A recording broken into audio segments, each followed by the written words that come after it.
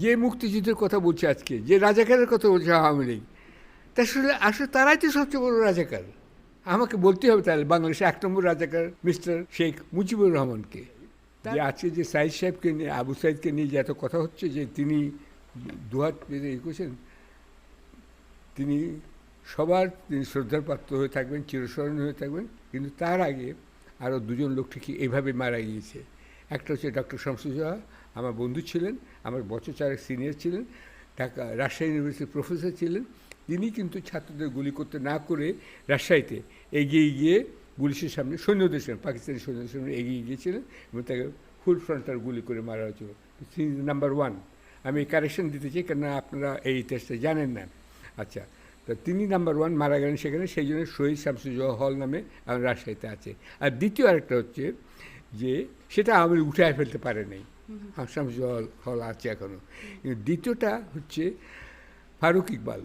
আচ্ছা, এই ফারুক ইকবাল আবুজর গিফারি কলেজ মৌচাকের কাছে সংলগ্ন, সেইখানের কলেজ ইউনিয়নের সেক্রেটারি জেনারেল ছিলেন, নট ছাত্রদল ছাত্রলীগ, তন্ত্র ছাত্রদল ছিলই না। আচ্ছা, এই ছেলেটি আপনার এগিয়ে গেল পুলিশদের বলতে, ছাত্রদের উপর গুলি করো না। তাকে ওখানেই কিন্তু মারা হলো, মৌচাকে ওই মোড়টাতে, যেখান থেকে একদিকে রাজারবাগ, একদিকে বাংলা মোটর, আরেকদিকে রামপুর রাস্তা গেছে, ওখানে 3 কোনা পার্কের মতো আছে, ওইখানে গুলি করে মারলো। উনি কিন্তু দ্বিতীয় ব্যক্তি, তৃতীয় হচ্ছে সাইদ। আচ্ছা, এই যে ফারুক ইকবালের কবর কিন্তু ছিল ওখানে অনেক দিন, আওয়ামী লীগে সেই কবর তুলে ফেললো। কারণ ওরা চায় না যে মুক্তিযুদ্ধে কারা অংশগ্রহণ করেছিল তাদের নাম চায় না, তারা চায়, আমাকে বলতে হবে তাহলে বাংলাদেশে 1 নম্বর রাজাকার মিস্টার শেখ মুজিবুর রহমানকে, তার নাম চায়, তাই না? কিন্তু তিনি কোথায় ছিলেন? তিনি সবাইকে যুদ্ধে যাওয়ার আহ্বান জানালেন, ডাক দিলেন। আজকে একটা কথা বলছি, আপনারা যারা শ্রোতা তারা কেউ জানেন না, ওনার বাড়িতে সর্বশেষ কিন্তু আমি এবং আমার খালাতো ভাই কমান্ডার ফারুক লাস্ট গিয়েছিলাম।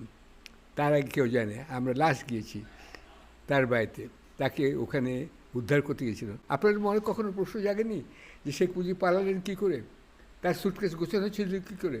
তাহলে তিনি জানতেন আগে থেকে যে তাকে যেতে হবে, তিনি চলে যাবেন আমাদের যুদ্ধে ডাক দিয়ে, তাই না? তাহলে কী হলো? তিনি তো রেডি ছিলেন,